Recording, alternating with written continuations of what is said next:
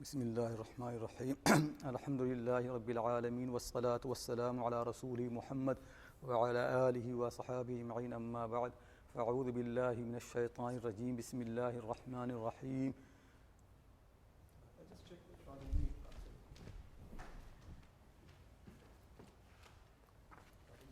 It's on mute. أعوذ بالله من الشيطان الرجيم بسم الله الرحمن الرحيم النون والقلم وما يسطرون ما أنت بنعمة ربك بمجنون وإن لك لأجرا غير ممنون وإنك لعلى خلق عظيم. My dear brothers and sisters, before I start, first thing actually is sometimes people think why we need for the Quran someone to explain to us the meaning, because there are so many translations available. So the thing basically is because the language of the Quran, it was really very well known and very inaccessible to the people to whom the Quran was revealed, and they knew the context of the Quran. So when the Quran was revealed to them, they understood it. Like for example, if you read in English in the plays of Shakespeare, the people who were in the time of Shakespeare, for them it was easy. But now, 300 years, more than that. So now for us, we need someone who can explain to us, because the language has changed and also the context has changed. We need actually many of those explanations. So similarly for the Quran, because the language actually has developed, Arabic language actually has moved a little bit from what it used to be in the time of the Prophet sallallahu alaihi wasallam, and also the context and also the stories of the Quran, very often they are coming from the from the same sources as the Bible. So they very very similar stories, and and context is context of people of Arabia in the time of the Prophet sallallahu alaihi wasallam. If you don't know those things, that language and the history of the people of the book, and if you don't know the history of Arab people, then it will be very difficult to understand. And also because Quranic language is really very difficult, very different language. It's a very very high language. Even for the people, when the Quran was revealed to those people, for them it was it was a language different from what they used to speak. So that's why we need an explanation. And before inshallah coming to this surah, there are two things I would like to explain in the beginning. First thing is, this surah is starting with the letter Noon. With the letter Noon. And there are actually many surahs in the Quran which starts with some Arabic alphabet, Arabic letters. Like the second surah is Alif Lam Mim, and then after that it starts Alif Lam Mim. Some surah start with one single huruf like Qaf, Noon, and some are like Kaf, Ha, Ya, Ain, Sad. So there are 29 surahs in the Quran which starts with these letters. So the thing is very difficult really for the people to understand what they mean. When it was revealed to the Prophet sallallahu alaihi wasallam, we assume and we believe that the people then knew what it meant, because we don't have anybody who asked the Prophet the meanings of these letters. Though they asked him many other things, but nobody asked him about the meanings of these letters. We can understand that they knew what it meant. But anyway, somehow Arabs did not use these letters in that way. So now actually it becomes very difficult for the people to understand. But what we know about these letters actually are something. Arabic letters basically are 29. 29 letters. There are so many amazing things about these letters really. If you read actually people's explanation of these letters, there are really so many amazing things. I will just mention a few of the things. Arabic letters are 29. And you also can see these letters, they have only come in the beginning of 29 surahs. So these letters, Alif Lam, whatever, Alif or Noon, they only have come in the beginning of 29 surahs. So there are 29 letters, they have come in the beginning of 29 surahs. And also the thing is, and half of it will be like 14. So among 29 letters, only 14 has been mentioned in the beginning of the surah, not all of them, only 14. And those 14 are, if you want to write down, these are the letters which have come in the beginning of the surah. Alif, Ha, Ra, Sin, Sad, Ta, Ain, Qaf, Kaf, Lam, Mim, Noon, Ha, Ya. So these are 14 letters, yeah? Okay, so these are 14 letters. Alif, then Ha, then Ra, Sin, Sad, Ta, Ain, Qaf, Kaf, Lam, Mim, Noon, Ha, Ya. So these are 14 letters which have been mentioned in the beginning of the surah. Sometime one single letter, sometime more than one letter. So that's how they have been mentioned. And the amazing thing is, as they are half of the Arabic alphabetical letters, similarly they are half of each group of the letters. Arabic letters have been divided into so many groups. And later on people discover really that these letters they belong to every group, but only they represent half of every group. So as these letters they are half of Arabic alphabets, similarly they are also half of every single group. For example, there are some letters which come from the throat, from the halq, from the throat. So there are 6 letters. Among those 6, only 3 have been mentioned in the beginning of surahs. So similarly, I don't want to go in detail. Really, you can ask people who read the Quran. But for example, the division that the people do about the Arabic letters, the groups. Some letters are called mahmusa. Mahmusa means they are pronounced quietly, not very loudly. Majhura, some are in a sound is very louder. Some are rikhwa, they are soft. Some are shadida, they are strong. Some are mutbaqa, maftuha, musta'aliya, munkhafida, qalqala. There are all these. Among each group, only in these letters you find half of them. We don't know really what the reason is that half of each group is mentioned is in this one. So there are actually so many theories about it, but keep in mind that Arabic letters are 29, and these letters have been only mentioned in the beginning of 29 surahs in the Quran. And there are actually many theories about these letters. One of them, which is mentioned by Maulana Ahmed al-Farahi, which I'm going to mention here, but it is not very convincing, but at least one of many theories there. What Maulana Farahi said that these letters mean they are names of these surahs. But one can actually make a question, why only for these surahs? We need name for every surah. So why only these surahs have these names? Another actually question can be, when you have names for something, you have a name which is unique, and there are more than one surah which starts with Alif Lam Mim. So how can we name? If Allah Ta'ala intended to make it name, how can it be that 2 surahs continuously they have the same name, Alif Lam Mim? And similarly, some surahs actually Ta, Sim, Mim, more than one surah. So the Ha, Mim. So some of the letters are repeated.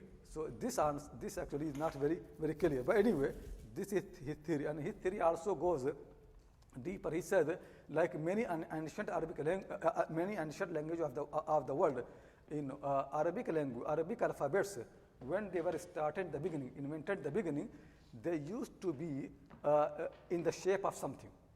So every letter used to be in the shape of something that people can see, and still so like for example ba, letter ba used to be in the shape of house, like baytun, that you can see bayt means house. And similarly, like for example in this surah you have noon. Noon means Arabic language fish, and noon used to be written in the shape of the fish. Similarly, alif used to be written in the shape of the head of the cow. How they used to write actually is in the shape of the head of the cow. So, many, and ta is to be written like in the shape of the snake which is standing like that, for example, like that. So that's how ta used to be. So, and you can see the ta has come only in those surahs in the beginning, where Musa alayhi salam's story is, and the story of snake has come. So in all those surahs, it is ta there. Taha, Tasin, Tasim, Mim. In all those surahs where Musa alayhi salam's story is, and where the snake had been mentioned, the letters start with ta, the story of snake. Except Surah Al-Araf, because the thing is, there is also a story of snake, but Musa alayhi salam's story in Surah Al-Araf is not the main story. There is another context. But anyway, so this is one of the theory that these letters basically they represent some shapes, and it could be that those whatever shapes there are, those things have been mentioned in those surahs. So this is one of the theory started by Maulana Farahi, not much developed by the people. but this is how I think that, and especially for this surah, it makes it's very clear. Okay, surah is surah to noon, it starts with the noon, and noon means in Arabic language fish. And in this surah, it is mentioned the Prophet Yunus alayhi salam, who was the prophet of fish. He was, actually his name is in the Quran, Dhunnun, the man of the fish. And in this surah, his name is Sahib al-Hut, again, the man of the fish. And the name of the surah is Noon, which also means fish. So, it can, but anyway, nothing is convincing. You can see there are problems also in the theory. So at the end of the day, really, we don't know. You can see really, nobody really knows what these letters really mean. So maybe one day the meanings are revealed to us. So this is one thing I wanted to just, mention a little bit in the beginning. And also one thing is also, as I mentioned, there are 29 surahs which start with the letter, with these letters, 29 surahs. All those surahs which are actually start with these letters, they are in the first half of the Quran, except Surah Al-Qalam. Quranic surahs are how many? 114. So half will be what? 57. So basically 28 surahs which start with these letters, they are before 57. Only the last one is actually in the last half. So first thing keep in mind that among the 20 surahs we start with these letters, 28 surahs are before half of the Quran, and only one surah, this one, is in the second half of the Quran. So this one thing is unique about this surah. This surah, among all its group, 29 surahs, it is the only surah which has come in the second half of the Quran. And second thing about this surah is also, every surah of the Quran you find really the name of God is mentioned Allah so many times really. Like Surah Mujadala, every single verse has name of Allah. In Surah Mujadala, every single verse has got name of Allah. But still in the Quran there are surahs which don't have the name of Allah. Name of Allah has not come. And there are how many surahs? 29 surahs. So there are 29 surahs where Allah's name has not been mentioned with Allah. It has not come. 29, like Surah Al-Rahman. So 29 surahs don't have Allah's name. And among those 29 surahs, the only surah which starts with letters and does not have Allah's name is this surah. So this surah actually has got two unique things. First, this is among those 29 surahs which start with the letters and has been mentioned in the second half of the Quran. Second thing is, it is also among those 29 surahs which don't have Allah's name, and it is the only surah which start with these letters. How they sacrifice, we don't know, but this is how the people have calculated. See, these things actually you can see in this surah. Second thing before started tafsir of the surah is the matter of the qasam, because it starts with wal qalam, qasam, oath. Why the Quran has got oath? Why there is qasam in the Quran? Why when people say something with oath, when the people swear, what they mean really? In human language, when you say like you want to emphasize on something, you say by the name of God, or by the Quran, or by something. You emphasize. So why there are qasam in the Quran? So first thing we have to actually see really that that there are three main questions which have been raised against the oath and against the swearing in the Quran. Three main questions. One is that most people who are humble, they don't swear, they don't take oath, they just say simple thing. And actually there is saying in a Persian language, gufti bawar namudam, muqarrar gufti darshak uftadam, saugand khurdi darogh danistam. You said, I believed. You repeated, I got in doubt. And you swear, you got oath, then I knew that you are liar. So, if you want to say, just say simply, you don't need to, to repeat your sentence. So, why the Quran actually has so many oaths? Because, it doesn't suit. And also in this surah, Quran says to the Prophet Muhammad sallallahu alaihi wasallam, don't listen to those people who swear a lot, who take a lot of oath. Don't listen to them. La tuti' kulla halafim mahin. They are humiliated. The Quran itself actually, points that those people who swear a lot, they are humiliated. It is not good. Second question is about this qasam. Second question is that when you have qasam, oath, there is a purpose for that. But what is the purpose of the oath of the Quran? Because if Allah wants to convince believers, so they already believe anyway. If Allah wants to convince the believers, they don't need these oaths. They believe in Him anyway. And if Allah wants to convince those who are not believers, they will not be impressed by the oath or by the qasam, by swearing. They want some argument, they want some evidence. So these oaths, at the end, they are neither useful for believers and they are not useful for unbelievers. So what the purpose of these oaths is? The third thing is, when you make oath, qasam, you always mention things which are respected, which are very, very important, like this, oath in the name of God or something. If you want to talk with someone, so you only take oath of those things in which both of you have belief, respect. In the Quran, there are so many things mentioned in the oath which are not so great, like the Quran mentioned in this here, Al-Qalam, the oath about the pen, wat-teen wa zaytoon, or Quran also had the oath for Asr, the time. So there are things which are kind to the people, wat-tur, the mountain of Tur, all these things are there. Why Quran has like that? So Maula Farahi has, he has written a book on this, Ima'an fi Aqsam al-Quran. A small book, not very big. It's a very important work, and in which actually he studied the history of the qasam, oath in Arabic literature. And he actually had, very, very poetic words, many examples for that. You have to read that Risala, that book. He has proven very clearly that the qasam in Arabic language basically meant, evidence. So when you have qasam, meaning is this thing witnesses this thing. It is support for something. It is argument for thing. So he wants to say that whenever the Quran mentions the qasam in the Quran and only for one purpose. That is what? Istishhad. Istishhad means to make argument and to make evidence. Meaning is God wants to tell us that these things they witness and they support and they are evidence for what is coming next. So for example, in this surah it said, Wal-Qalam. So, God wants to say that the pen and whatever they write by the pen, they support and they provide evidence and they witness that the Prophet Muhammad is not a mad person. Or, one surah in the Quran says, Wal-Asr inna al-insana lafi khusr. The time, the history of the mankind, they bear witness, they support that the mankind always have been loser.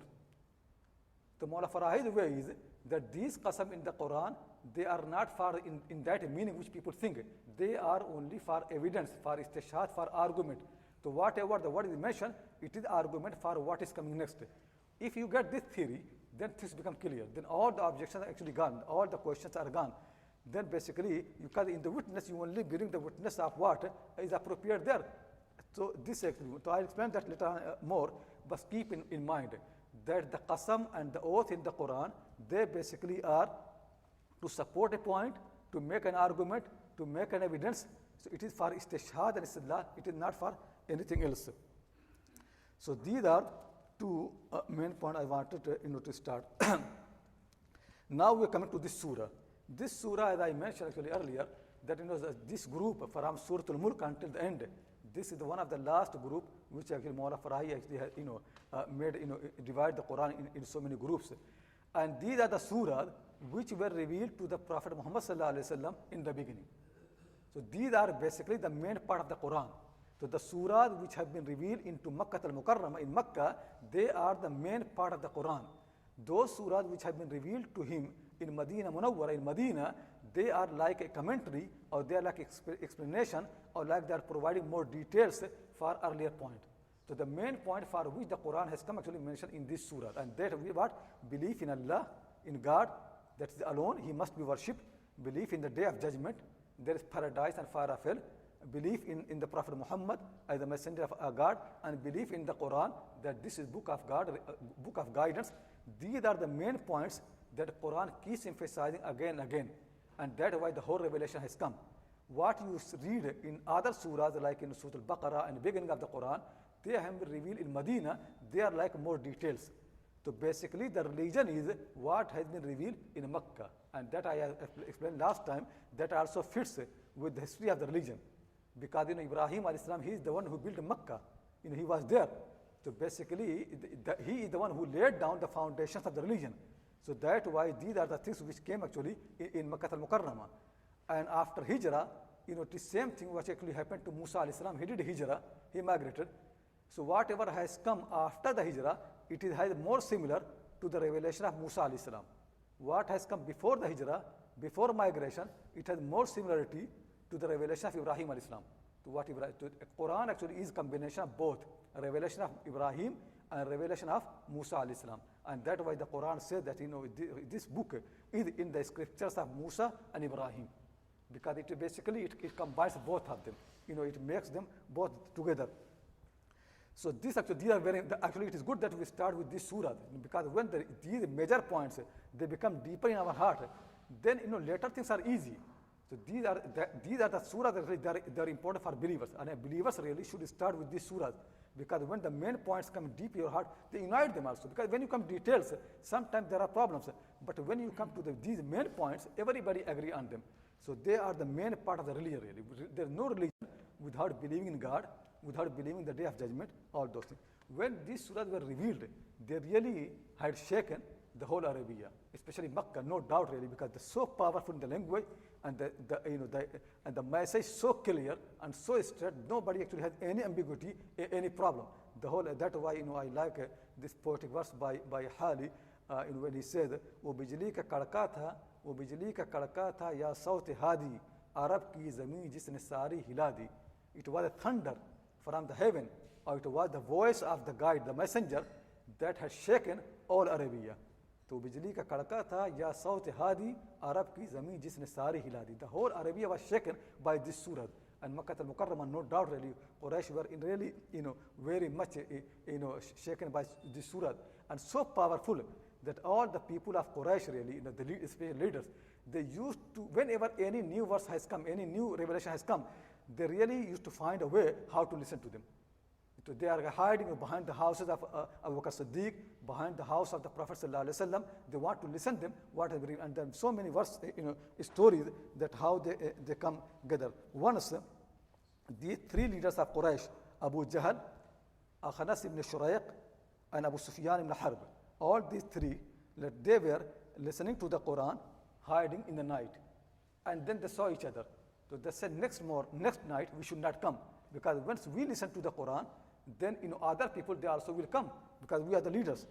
But next time they again came. So they kept coming three times. Then Akhanas ibn Shuraiq said to Abu Jahl, "What do you think about this revelation? That Muhammad claims that he has got this revelation. What do you think about that? When you hear them, how do you find? Because every time we keep coming, so how do you think about this revelation?" Then Abu Jahl said, "Listen, we and Banu Abd Manaf is the family of the Prophet.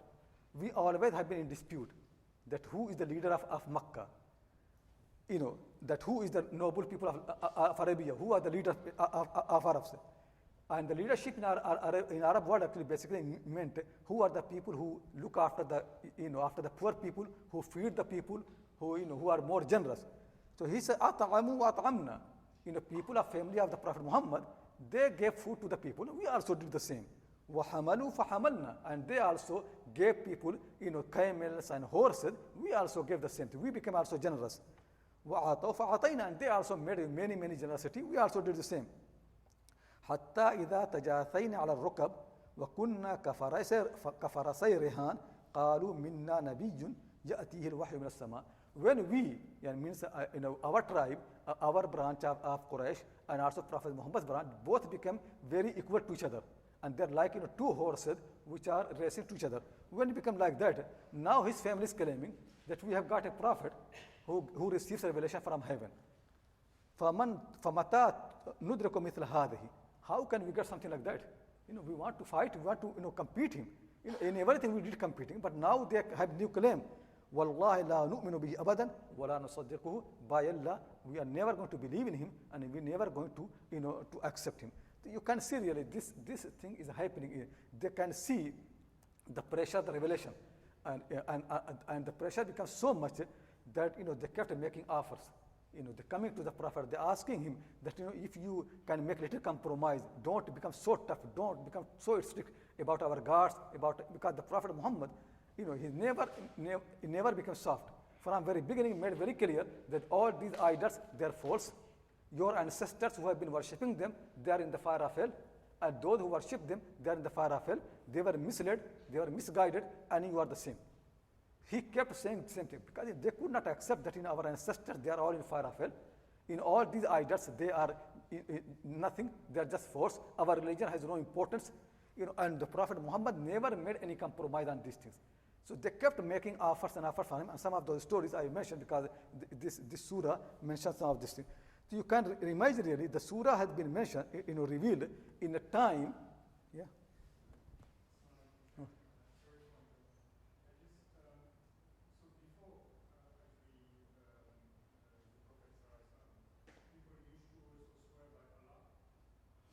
Oh yeah, Allah, Arabs, they always believe in Allah anyway. So Quran does not criticize them that they are not believers. Quran actually criticizes them that they associate with Him. So they worship other than Allah. They worship idols, they worship jinns, they worship so many other things. So Allah was there anyway. It was not the problem that they don't believe in Allah. If the Prophet Muhammad had said to them, we are the same people, we should worship Allah and all these idols, there was no problem. So Allah was there anyway. In all the poetic says, the Quran also mentioned very good. If you ask them who created the heaven and earth, they will say Allah. So belief in Allah was there. Now just imagine this surah, when this surah is revealed, Surah Al-Qalam, these surah are revealed, the context makes very clear. It is basically the beginning of the Prophet ﷺ's life in Makkah as a messenger. Maybe second year or third year of the Hijrah. When some top people, some great people of Arabia have become, of Quraysh have become Muslim, like Hamza ibn Abdul Muttalib, and Abu Bakr is already there. So some people who are very, very important, they are already Muslims. So they can see really that now how division is happening in the society, and now in the same family there are believers. And yeah. Sorry, first or second year of Prophet, not Hijrah. For Prophet, yeah. In Makkah al-Mukarramah, it could be second year, it could be third year. It is actually around that time. We don't know exactly the time, but it makes very clear that now the message is already established, and there are already supporters of the Prophet. And now already, people of Makkah are feeling the pressure of the message, and the division has started in the society. It is not no more the same society. Now there are actually, now two groups are there in the society. So these things are there. And also they can see the values are changing. The values were in Arabia different values. The family, the blood, being Arab, being from Quraysh, being generosity and this and that. These are the values. Now the values have changed. Now it is belief in God. Now worship Him. New things are introduced. It is no more division between slaves and free people. Now Muhammad is claiming that all the people who follow him, whether they belong to Quraysh or whether they belong to slave family, they are the same. So this thing is a new concept because Arabs, they never thought the slaves and free people are the same. Now this new religion actually has new morality. There are no new values. So these things are already started among people. People could feel very easily. So these are things. Now they don't know really what to do because when the Prophet Muhammad he does preaching and when the Quran comes, it is so much impact on the heart of the people. Even actually people who are great enemy, they don't have anything. So now they are thinking what to say about because they have no explanation for this thing. So Arabs know who he before he became messenger. They believed in him that he's a trustworthy person. They called him Amin, trustworthy person. They used to call him Sadiq, the man who of truth. And not only that, even when he left Makkah in Hijrah, even at that time, many Arab people, they had put their precious stuff in his house as a deposit, something, they trusted in him. So he was a trustworthy man among them. He was a wise person. Sometimes when they used to dispute, they used to make him hakam, judge among them. So they used to trust in his wisdom, they trust in his honesty, they had trust in his truth. So he was a respected person among them. Now suddenly he has brought a message. They don't know what to say. But you see, the thing is really, you can accuse him whatever like, but accusing him with something which everybody knows it cannot work. That actually amazing thing is happening in this story. Now they are accusing him, he is a mad person. How anybody can believe? Anybody who knows Prophet Muhammad in Makkah, anybody who lives in Arabia with him, and those people who have seen him for 40 years in his life, this is something nobody will believe. But Arabs have no way to say anything. So they are saying that he's a mad person. He is someone whom we don't know. He has no sense. So because the thing is, because the way with the force actually that they can, you have seen in Surah Al-Mulk, and that is the context of this surah released in Surah Al-Mulk, the emphasis about the day of judgment, about the kingdom of God. It is so great really that Arab, these Quraysh people, they say they could think that what this person is teaching to us, we cannot see. There's no sign of what he's saying. He's saying that there's fire of hell, there's paradise, and the kingdom of God, nothing we can see. And he said that if you don't listen to him, the punishment is going to come, and nothing there. So they say this person with such certainty, if he said it more likely, probably, so we can imagine he's thinking that very often arguments are like that. Something leads to something, you say more likely it will be. But this person, he actually has such a certainty, and we don't see any sign of that. He must be a mad person. So this madness actually comes to their mind. That actually I want to keep how the prophet is looking from very high. So people have got this world, a small world. He can see really that people are coming and they're leaving the world. They come and go, and then they die. When they die, they are no more in this world. So everybody's actually lifetime in this world has been very short. 60 years, 70 years, 80 years, whatever. And then rest of the time in history, he is after death. Death is coming.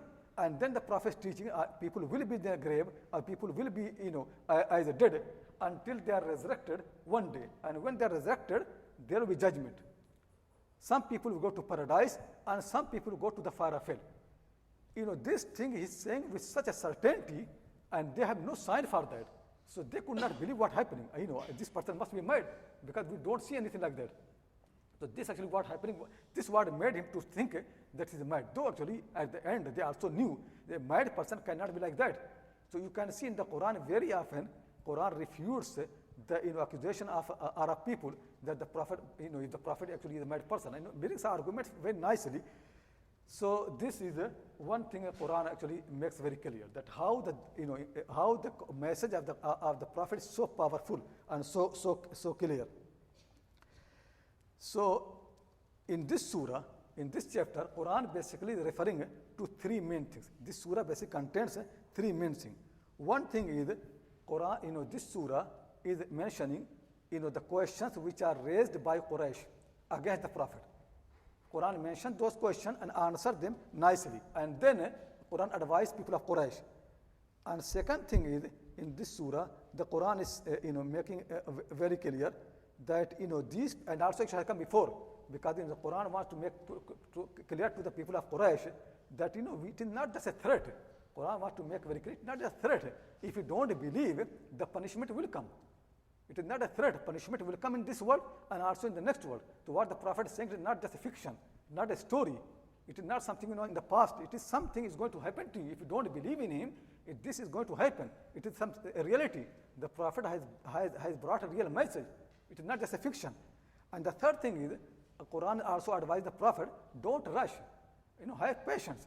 Don't worry, because we have got time for everything. You have to keep saying same thing again and again, reminding them, repeating them. They refute it, they don't like it, they reject it, they laugh at it, they mock you. You don't care. Just be patient. The time will come when you will be victorious and they will be humiliated, and the punishment will come. But you have to wait for it. Don't lose the patience. So Quran is actually, these are three things that have been mentioned to the prophet. And that's why in this surah also the story of coming a story of people who did not follow the command of Allah, and then how their garden has been destroyed. So that will come later on. I'll explain that as well, inshallah. So keep in mind that in this surah, the main thing basically is that since Arab have got the pressure of the Quran and the pressure of the message of the Quran, they basically just want to find some way how to accuse him. And when they could not, accusation cannot succeed, so now they also want to make compromise. They want to have some bargaining. So they want to ask the prophet, we want to be soft with you. You are from our family. We are same people. Don't be so tough, in accusing, in abusing our gods. Be nicer. We will become nicer to you.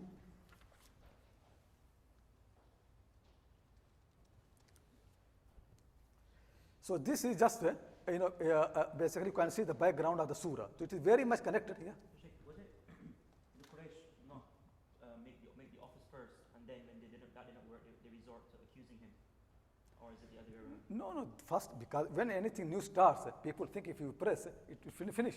So first they do all the mocking and this and that. But Prophet is not, not becoming soft, he's tough and tough as usual. So then some of them say, look, let's change our way. Let's make some compromise. Let's actually come to him and talk with him, negotiate with him. So, they're using all the things that's possible for them. Because in the beginning, they did not think it was serious. And also, you can see there is a hint in this surah also, that some people from Quraysh, they really thought it is not serious anyway. It is like something new started, after a while disappear. It is not going to continue. So Quran is hinting, no, it is not like that. Don't think like that, that this is going to end so quickly. Then that's why Quran says, "Inna laka ajran ghayra mamnoon." The Prophet, what you are teaching, it is something not going to end. It is endless. You and your effort and its reward, they're endless in this world and the day after. This da'wah, this mission is not going to finish so quickly as they're thinking. So you can see really, Quraysh, have all those things because Quran became talk of Arabia basically, because there was nothing, they never had any experience of something like that. So this first thing in that society, which actually same belief, everything same, something different happening in the society. So they are threatened. So this is, the background of the surah. Now you see we start the surah itself. So Noon wal qalami wa ma yasturun. So as I mentioned, actually Noon, we don't know really what it means. But no doubt in this surah, there is a story of the Prophet who is called Dhun Noon. In Surah Al-Anbiya, the name of the Prophet Yunus alayhi salam is mentioned as Dhun Noon. And in this surah, his name has been mentioned Sahibul Noon. And Sahibul Hud, not Dhun Noon. But in the beginning there is Noon. It could be something referring to his name. In the surah of Yunus, surah of the Prophet of the fish. Something like that. But anyway, we leave that because we don't know how to explain that. And then coming, وَالْقَلَمِ وَمَا يَسْطُرُونَ. So satara yastur in Arabic language means to write. Satara means to write. And the Quran has used the word kataba also for writing. Kitabatun, it is one of the common words. But satara is also for writing, and it has been used in the Quran many times. But what emerged from the use of the Quran used satara for meaning of writing in those things which are very, very important. So for example, it has been mentioned, وَالطُّورِ وَكِتَابٍ مَسْطُورٍ. Again, important book. And then وَكَانَ ذَلِكَ فِي الْكِتَابِ مَسْطُورًا. Whenever mastur has come, either it refers to the Quran or the revelation of God, or it refers to that book which is in the heaven and where everything is recorded. The big record of the people, the big record of the whole history of the mankind and the whole universe. So you can see mastur is very important. Now the Quran says, وَالْقَلَمِ وَمَا يَسْطُرُونَ. What does it mean? So the translation should be according to the theory of Mawla Farahi basically. The translation should be the pen and whatever they write by the pen, they bear witness. The pen and whatever they write by the pen, they bear witness. So these two things, they are becoming one anyway, because pen is actually used for writing. So the pen and whatever they write by the pen, they bear witness. So these two things, they are support, their argument, their evidence for what is coming later. What they write by the pen. So there are two opinions. Some people say what they write by pen actually here means the Quran. This is what they have been writing in Arabic. When the Quran has been revealed, people are writing with the pen. And some people say there's no reason to make it just for the Quran. Anything that people write, by the pen and whatever they write by the pen, anything that they write. So both are actually correct. If you take the meaning, the pen and whatever they write by the pen, meaning the Quran, it also clear, because the Quran is actually evidence and support and argument for what is coming. It also can be whatever they write by the pen. Anybody who knows reading and writing, they will affirm what is coming. They will support the next point. So this next point, actually, anybody who's the man of the literature, anybody who knows reading and writing, they will say these things. Now this qasam, this oath, has come for three things. So after this Quran mentions three things, so we have to see the connection. Quran is saying the pen and whatever they write by the pen, these things, they support 3 points. What are the 3 points? First of them is that the Prophet Muhammad is not a mad person. And second thing is that for you there is a continuous reward. Your reward is not going to end. Your message and whatever the fruits of the message, they are not going to end here. They will continue in this world and also in the next world.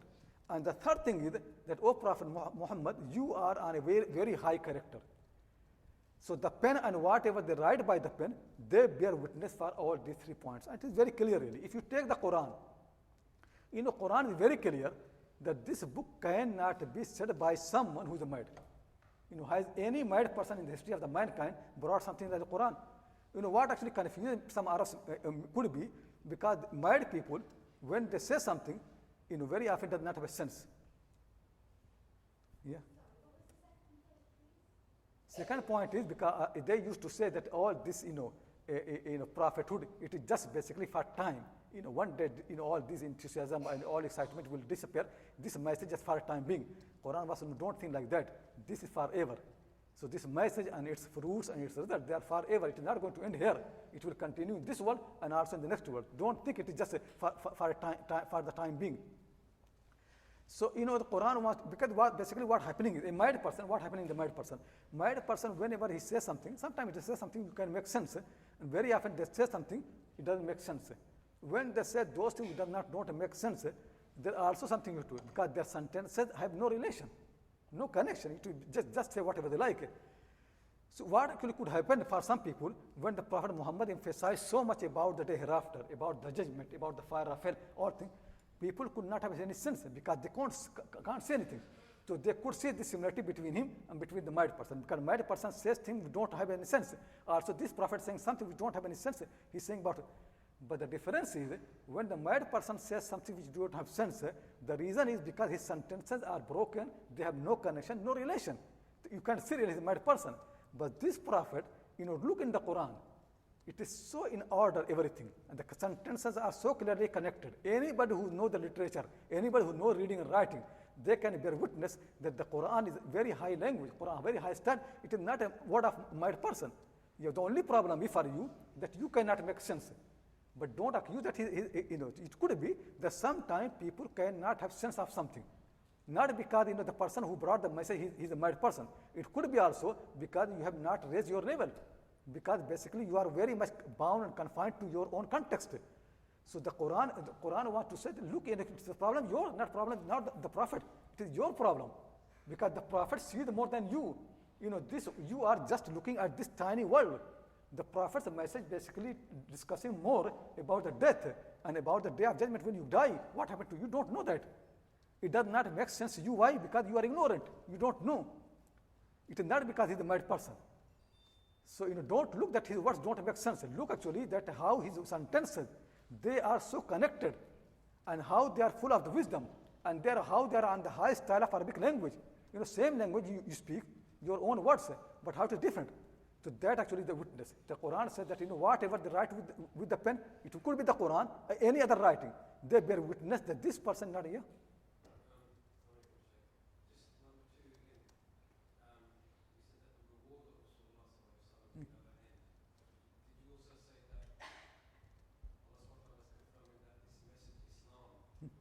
Yeah, because what actually happening is, they are thinking he's a mad person.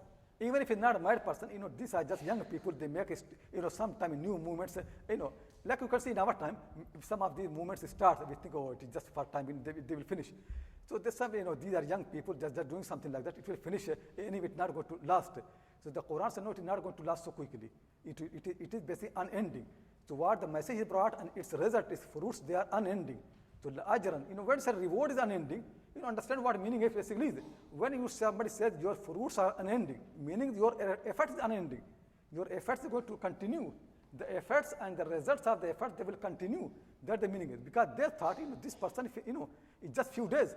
It is not the story of the few days. Is it clear? So first thing actually, see, so Quran basically is making the pen and whatever they write by the pen. It could be any writing. Or we can take also the Quran itself, that the Quran itself is a witness that this person never can be a mad person.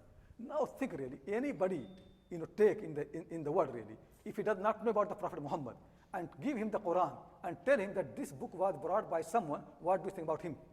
Anybody who reads the Quran, he will say that person was very wise. Even if he does not believe in him being messenger, at least when you look in the book, it makes very clear that on a very high standard of the Arabic language, the style is so high, So there's no doubt that the person who brought this message, he is not a mad person.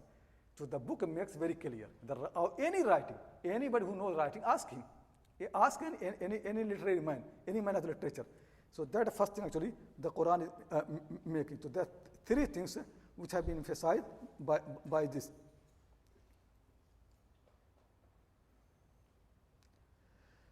One thing is, this actually point is very important for us to understand. When you look in the history of the other prophets in the Quran, similar thing happened actually. Other prophets also have been accused. Sometimes their people said to them that you are misled, you are wrong, you are in the error.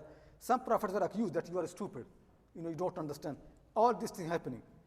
But the difference between the Prophet Muhammad and all the prophets before him actually in the Quran is, whenever other prophets have been accused, they have been asked to tell their people that we are not what you think. So like Nuh alayhi salam said to his people, Ya qawmi laysa bi dalalatun. Oh my people, I am not misguided. I don't have the error. He is defending himself. Similarly, Hud alayhi salam said to his people, Ya qawmi laysa bi safahatun. Oh my people, I am not a stupid person. So you can see, other prophets, they defend themselves. But what actually happens very clearly in the Quran is that the Prophet Muhammad does not need to defend himself. God is defending him. All the time actually comes. Ma anta bi ni'mati rabbika bikahinin wala majnoon. So whenever people accuse him anything, Quran makes very clear that don't worry about that. We will take responsibility of that. We are going to defend you. You just keep doing what we have commanded you, and then don't care. We will protect you from the people. And then the Quran said, Wallahu ya'asimuka min nas. Keep preaching our message and keep teaching what we have sent to you. And then that's whatever people do, if they want to harm you, if they want to hurt you, we will suffice you. We will go to defend you. So this really is one important thing for the Prophet Muhammad sallallahu alaihi wasallam. And actually that's a lesson for everybody. Because you can see really, if you are a citizen of a country, the laws defend you. So for example, if somebody wants to hurt you and harm you and defend yourself, you have full right to defend yourself. And when you defend yourself and then you come to the court will support you. Because somebody was aggressive against you and you're defending. So defending yourself is a full right of any citizen of any civilized world, anywhere you can go. But there are actually in every country and every state, there are certain people who are top. They are around in a government. They are like around the king. They are so top actually because they're so much busy with the service of the king around it that when anybody harms them, they don't have time to defend themselves. Then the army of the king and the close people around the king, they are made to protect them. They have guards, they have people who support them. So you can see those who are nearer to the king, either much nearer, they don't need to defend themselves. They have got the army, they have got the police, they have got the guards, they have, the whole kingdom is going to support them. So that is basically the message. When the people really, their day and night they spend in the work of the king, then the king has to defend them. So similarly, if the people spend their day and night, in teaching what God has revealed, in preaching His religion, you don't need to waste your time defending yourself. God will defend you. That actually is a lesson that most of us will not realize it, because we are not doing His work anyway. We want to defend ourselves. We want basically to waste our time. Time is so precious. Our way basically to teach what God had revealed for us, to guide the people. If people accuse us, they abuse us, they hurt us, don't worry. Be patient. God will suffice. He will protect you. But the thing basically is, we don't do that. We are all the time busy to defend ourselves, and we are not doing the work. So they are successful. I will explain that in more detail, but just to get the sense why Allah is defending the Prophet. The reason is because the Prophet Muhammad, from morning until evening, he is just busy in the religion. People mock him, people laugh at him, people hurt him, people harm him, people are hurting his companions, his followers. He has no time to defend himself. So God comes to defend him. So that's why you can see wherever these accusations come, Allah is defending him. And see, the defense actually is so nice, if you can see how defense is happening. First thing you see, Quran says, وَإِنَّكَ لَعَلَى خُلُقٍ عَظِيمٍ. Surely, first, مَا أَنْتَ بِنِعْمَةِ رَبِّكَ بِمَجْنُونَ. To first Quran make the witness and istishhad of qalam and whatever they write by the pen. And then the Quran is saying that ma anta bi ni'mati rabbika bi majnoon. That, O Prophet, with the favor of your Lord, you are not a mad person. Now think, it's so nicely done really. First, it defends from Allah anyway. Allah is defending him. But second, how it is put nicely. It didn't say, Ma anta be majnoon. You are not a mad person. It did not say like that. It is saying what? Ma anta be ni'mati rabbika majnoon. The meaning is, you are not a mad person because of favor of your Lord. But this thing, because of favor of your Lord, that though it actually deserves to be at the end, but the Quran has brought it in between the sentence. So saying is what? You are not, with the favor of your Lord, a mad person. Just think really what happening is here. That how Quran could have said, you are not a mad person. But it did not say. It's actually adding one more thing here. بِنِعْمَةِ رَبِّكَ, with the favor of your Lord. First thing actually you can see, the word Rabbika, this thing, that how the Prophet is so close to, this feeling that Quran wants to put in the heart of the Prophet, that you are my person, I am your Lord. Like for example, if a father said to his son, oh, don't worry my son, your father, or mother said to his son, that your mom, when you said to someone, your mom, your father, the love that you're giving that person is amazing. And no doubt the word Rabb actually in Arabic language has more affection, more love, and more companionship, and more support than the word of mother and father. So when it says your Lord, that to say to Prophet Muhammad, from our Lord himself, that your Lord, it makes him to forget everything. The sweetness of this sentence, your Lord, that makes him, forget everything. That he said it to me, that, I am his slave, your Lord. And the second thing is saying, your Lord's favor. Because, if Allah favors me, how can he get mad anyway? So as soon as the Bini'amata Rabbika is said, it makes very clear that he does not have any problem. Because madness and favor both cannot go together. If somebody receives the favor from God, how can he mad? They are so contradictory. So as soon as Bini'amata Rabbika is said, it becomes very clear the accusation is basically rubbish. It actually has no value. It is impossible. Because somebody on whom Allah has favor, how can he mad anyway? It is impossible. Imagine really how this closeness are in the sentence really is. That from the Lord of the universe, he said to his slave, beloved slave, that, oh my slave, with favor of your Lord, with my favor, you are not a mad person. Once it is come from them, from him, it makes you to forget everything. When Allah said that, I know that people accuse you. Like for example, if somebody loves someone, that person said to the beloved said to the lover, I know that people because of me, they accuse you. You become so happy that my beloved accept that people are humiliating me for him. This really, that is this sense that the Prophet is reminded, don't worry, I feel that. You are being hurt, I know this, and you are hurt because of me, I know that. The Lord of the universe knows that you are being hurt because of him. You did not hurt, because when you were nothing, you were not a messenger, nobody has any problem with you anyway. They respected you. The respect that you have lost in the society is because of me, because of my love, because of my message. Otherwise, Muhammad, when he was 40 years old, everybody respected him. He had no problem. People did not have any problem with him. Nobody harmed him. He was a respected person. He was one of the leaders of Quraysh. Basically, they could have made him leader. So now when is something happening, is it because of Allah? So Allah said that I know this. So it is really very important to understand here. What does the be actually mean here? Is it because of or with or? Yeah, so basically the thing is, what actually Bini'amata Rabbika here is. So people of the grammar, they have two opinions about this matter. One is coming from Zamakhshari, he's the Imam, expert of the grammar anyway. He is saying basically the meaning is, Ma anta bin majnoonin bini'amati Rabbika. So what he's saying actually is, what we say in Arabic language, it is hal.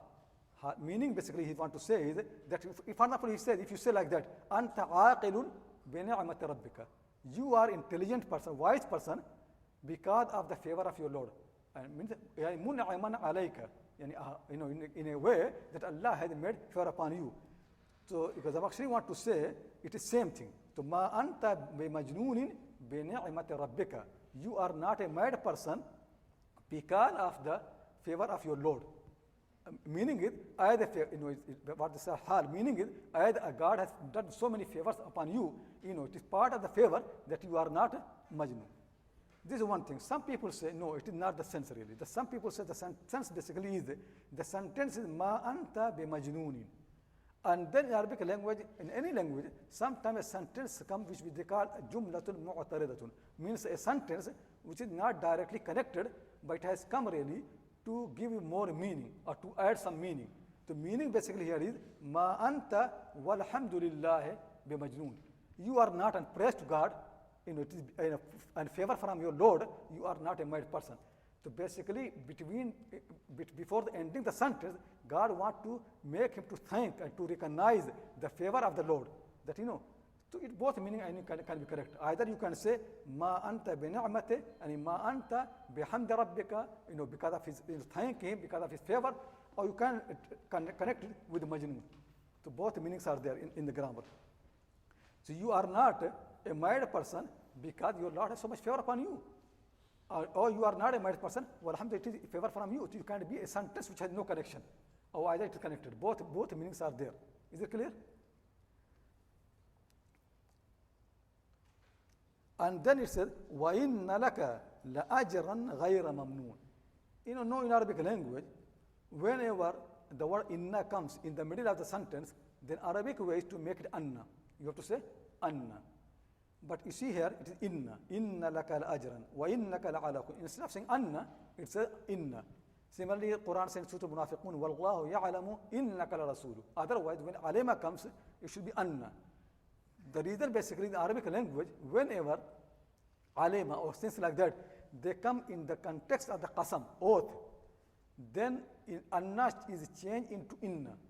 Because qasam is mentioned here, wal-qalamu ma yasturun.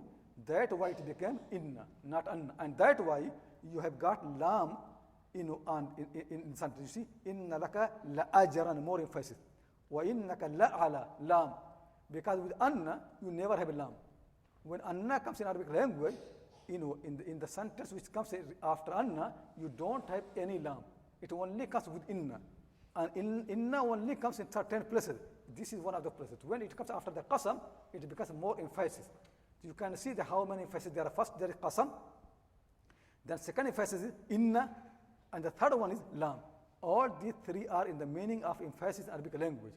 So in the Quran, or the pen and whatever they write by the pen, they bear witness that certainly and surely, indeed, for you there is a reward unending. غَيْرَ مَمْنُونَ لَأَجْرًا. So ajra means a reward. It's a really amazing thing, really. Because the thing is, whatever people do, they are doing because of God anyway. Whenever we do anything, all our bodies are created by Him. We don't deserve any reward. It is basically He is doing. He is the doer.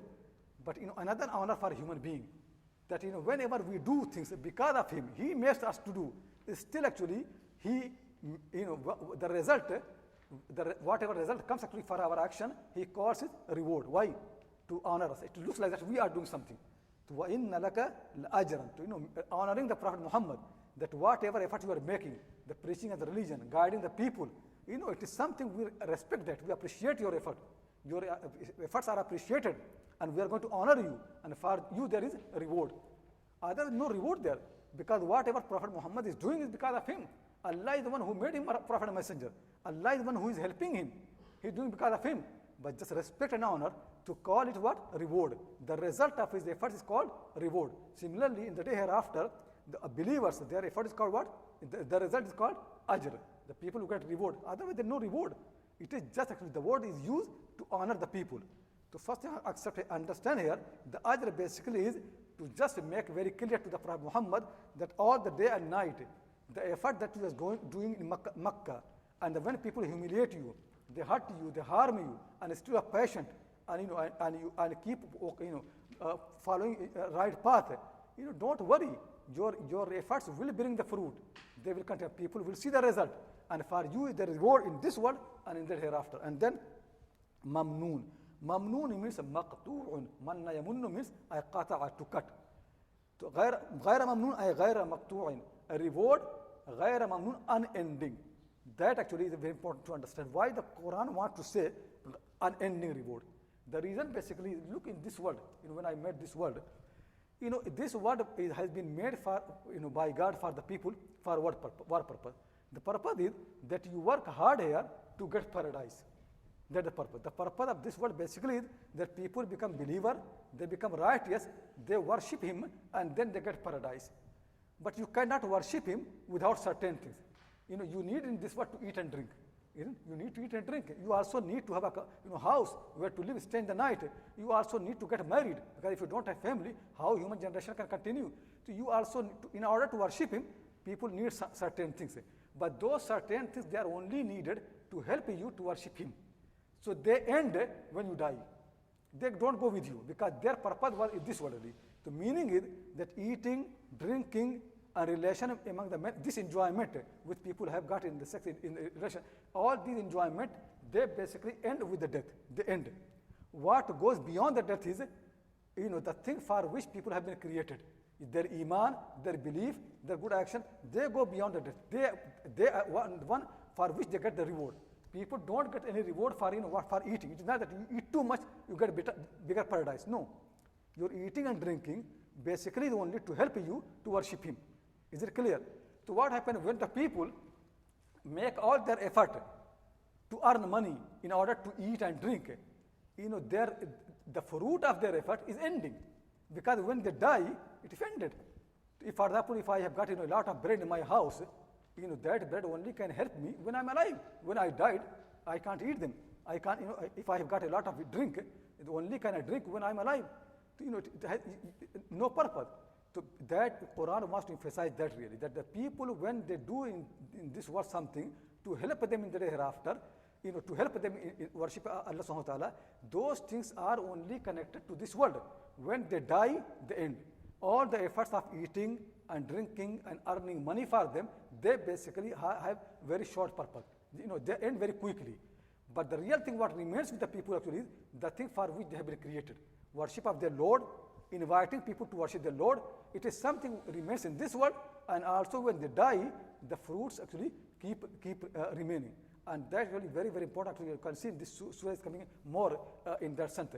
Now the Quran wants to make very clear. If somebody, spend all his life only for something which is helping, like for eating and drinking, that person is the mad person. Because in this world, you are going to live this short period. Whatever you are doing for this world, and where you are going to stay, forever, you don't think about that. Who is mad? The person who works for the next world is mad, or the person who works for this world, who is mad? Compare between both of them. Imagine, for example, I have to travel from here, to London for a business, for a purpose. That purpose is very important. But to get that purpose achieved, I need to travel there. So I need to buy a ticket. I need to travel by train or by car. I need a means needed. So if I am traveling by train, I need one ticket, and then arrive there, and I do what actually I come there, the function, there's something I want to attend there. That's fine. But if I have got 1 million tickets to go to London, I'm a clever person. I'm a clever person. You need one ticket, and you have got 1 million tickets to go there. It is the stupidity. That's what Quran was emphasizing. You needed only one ticket, and you have got 1 million. What will we do with all those things? That's what the most people are doing. That's what Quran is emphasizing. That we did not make you for this world. We made you only a traveler in this world. Everybody is dropping here and passing on. Nobody is staying. Whether you sleep, whether you are awake, you are passing. Everybody here is passer. Every moment your life is passing. Whether you feel or not, do anything or don't do, you're just lying down, still you are passing. Everybody traveler. The Quran says, look actually who has got sense. Is Prophet Muhammad has sense, you have sense. You have got 1 million ticket for London. You spend all your life to purchase 1 million ticket. It's stupid thing. That time of your life would have actually spent something else. You need just one ticket. So that Quran emphasizing, all the efforts of the people in this world. If they are related to the next world, that's fine. But there should be as much as you need for the next world. If more than that, it's a waste of time. Then you are basically a mad person. He is not a mad person. That actually, this thing in Al-Qalam ajal ghayr mamnoon, it also very much connected with the madness. That's what Quran wants to say. This also has got connection with the madness. Because people whose effort is ending, they are the mad people. People whose efforts don't end, they are not mad people. So who is working like that? So then the Quran says, Inna laka ajran ghayra mamnoon. Because you are doing right things. You are eating and drinking as much, which can help you to worship in this world. And then after that, your rewards going with you Food and drink don't go with the people. Your enemies, their efforts are just in eating, drinking, making money. They will die, and all these things will be left behind. When they come there, nothing is there. And when you arrive there, your rewards are waiting for you. And a continuous reward, unending reward are waiting for you. Who is mad now? Tell. They are accusing you of being mad. They are the mad people. So first thing actually is ma anta bi ni'mati rabbika bi majnoon. And that same thing has been emphasized actually again. Though it looks at second thing, but all three are very much connected really. All three things say that you are not a mad person, and your reward is continuing, and that you are a big character. All three things actually are making same point that Quran wants to make. So second thing is that for you there is a reward unending. And then actually if you know Arabic language, how many emphases there have been? Qasam, oath. Second emphasis inna. The third one is la-ajran. And there is a fourth emphasis. Fourth emphasis is in Arabic language, when you make a sentence and what deserves to be at end, you bring it before the first one, it is more emphasis. The right sentence here should be inna ajran laka. You have a reward. But for you, laka has come before la ajran. More emphasis. But for example, if I say that this is my son, fine. But you see, if I say my son is this, it is another emphasis. So when you say for you is reward, when you make for you before the reward, it is more emphasis. These things really never can translate in any language. Impossible really. If you go look in the beauty of the Quran really, the qasam in this sentence, inna in this sentence, lam in this sentence, and then the changing of the order of the sentence, all of them really so much emphasis for the Prophet Muhammad, making very, and no doubt really, if anybody looks from the sky and the people how they pass, like for example, if a traffic is moving in the town, and after that, when the people are around in the crowd, after that there's a big problem waiting for the people.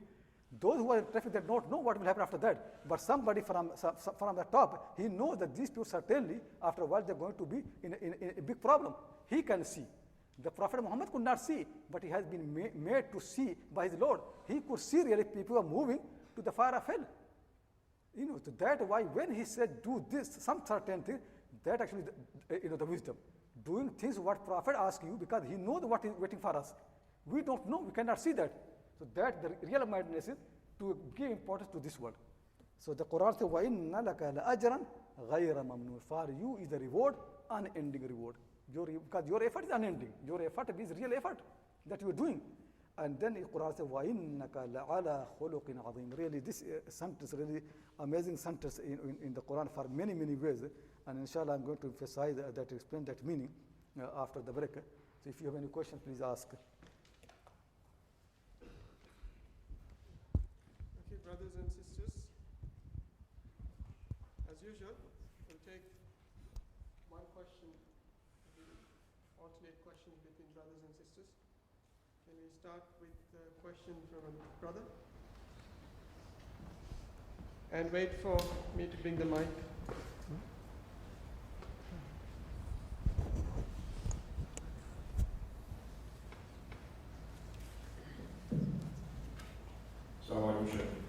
Just going back to the beginning where you said the Quran is a culmination of the scriptures of Musa and Ibrahim, where does the message of Isa fit into that?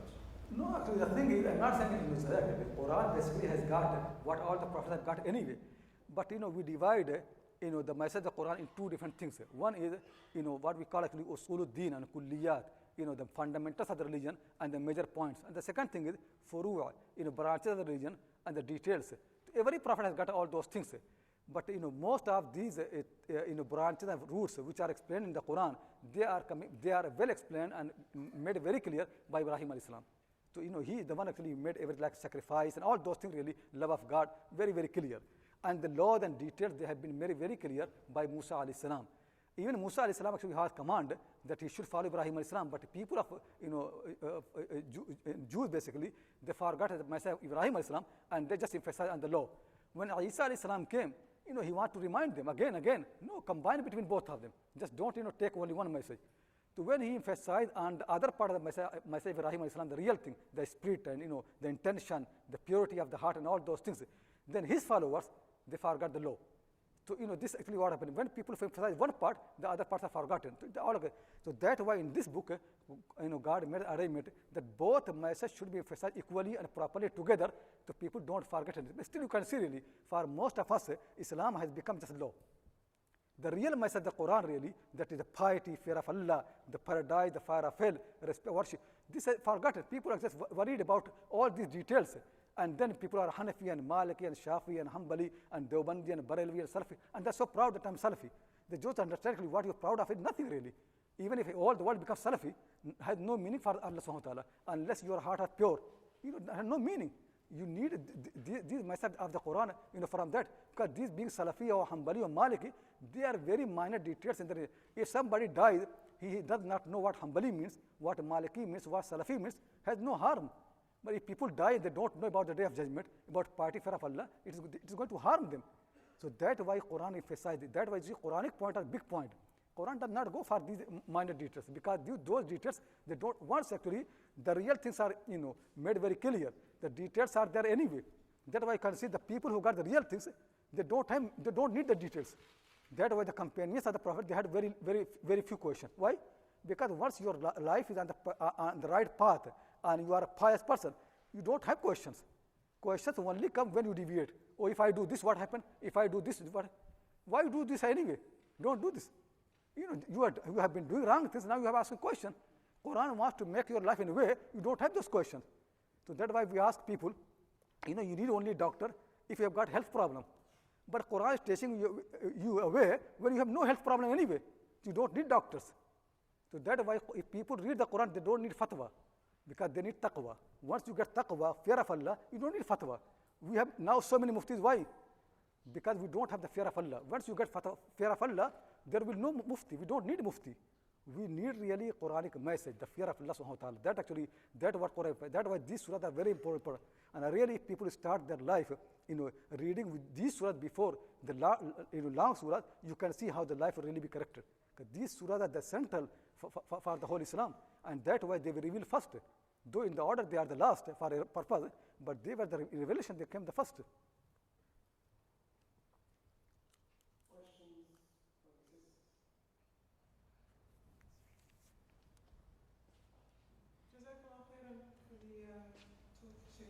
I was wondering about the pen, the emphasis of learning by the pen. Do you mind elaborating on it? Because I've heard some ulama emphasizing that the pen is the best tool of learning in general. Because the thing is, Allah subhanahu wa ta'ala has taught, this really, no doubt really, speaking, how to speak really, it's big favor for Allah, to make sentences and to make words and sentences very clearly, and people get a message from you, really. And another way he made actually writing, to speak and write, and that's why both things actually a big favor of Allah subhanahu wa ta'ala. The Quran says, Ar-Rahman allama al-Quran. خلق الإنسان علمه البيان. How Allah subhanahu wa ta'ala, is a rahmah. It's coming from Allah's rahmah, mercy, that He taught people how to say. And then, the first revelation came in the Quran again, read and writing. Allama bil-Qalam, taught people with the pen. So these two things actually are the real thing of communication between people, either by saying words clearly, and the second thing by writing. So that is emphasized. But in this surah, it is another context, because the people are accusing the Prophet of being a mad person. So the context is that anybody who knows reading and writing, and when they read this Quran, they can see very clearly this book never can come from a mad person. That the message here is. But no doubt really, pen is one important thing. But it also has been abused. Because now you can see really, the people who now can journalism and all those things, and media and all those, they're using this communication in such a bad way. That's why there's a Persian poetic verse very nicely. Poet says to his beloved, so she's walking, but when she's walking, her walking is in such a way that everybody just basically like being killed. So he says to his beloved, Zere qadamat hazar janast. You should know how to walk, because the way you're walking, it is going to kill everybody. There are 1,000 lives under your feet.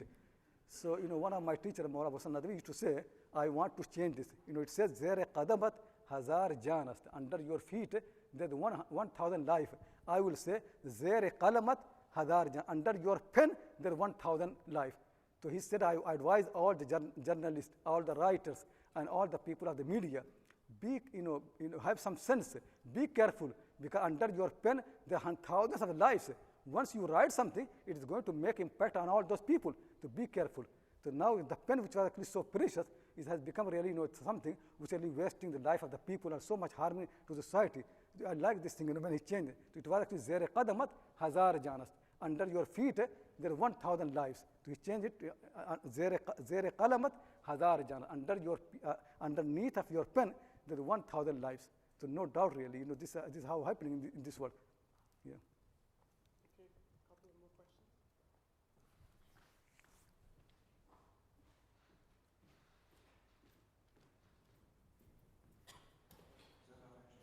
Two things. The first one was on the issue of the individual letters at the beginning of surahs. Some people say that it's the letters are provided as a challenge to the to people to use these letters to bring something similar to the Quran. Is that acceptable? Yeah, one thing also is because the people who don't know reading and writing, they can say sentences, but they don't say letters. Because they don't know alphabets. And the Prophet Muhammad did not know reading and writing. So he's saying, alphabets, Noon, Alif, Lam, Mim. It also actually sign that, it is coming from somewhere else, because people who are not learned, they don't use alphabets, they use a sentence, they use the words. And second thing also of the challenge basically here is, Quran wants to say that, this Quran, actually the sentences of the Quran are constructed from the same words, which is your language, same alphabet, same words, Noon, Alif, Lam, Mim, same thing. Still you cannot say anything like that what? It is from God. It is not another language, it is your language, it is same alphabets, same words. So there are actually, something like that. But the thing is really, any of these things, not all convincing for everybody. So we really, the truth is, we really don't know what they mean really. Just the other thing was, you explained how the pen and what it's written is connected to how is it istishhad for إنك لا أجر Yeah, because the thing is, because these people, they're saying that this effort that is made by the Prophet Muhammad, it is just for time being, it will finish. You read the Quran, the way it is coming really, it is not going to finish. This is not a serious book. It is not a book made by, a statement by, some young people just want to make a movement and bring a revolution. It is not a book of just a revolution at a time. It is a book actually which is going to change the people forever. So, that thing. And at the end of the day, also it is connected. So all three things are independent, but also they are very much connected because of the same point. So this is the mean really, that if you read the Quran, you can see it is a serious book. It is a book of thought, thinking. It is not just something sentimental, somebody just become angry, agitated, and saying something like we make protest. It is not a book of protest. It is a serious matter. It is what going to make clear to the people the right path, guidance very clearly.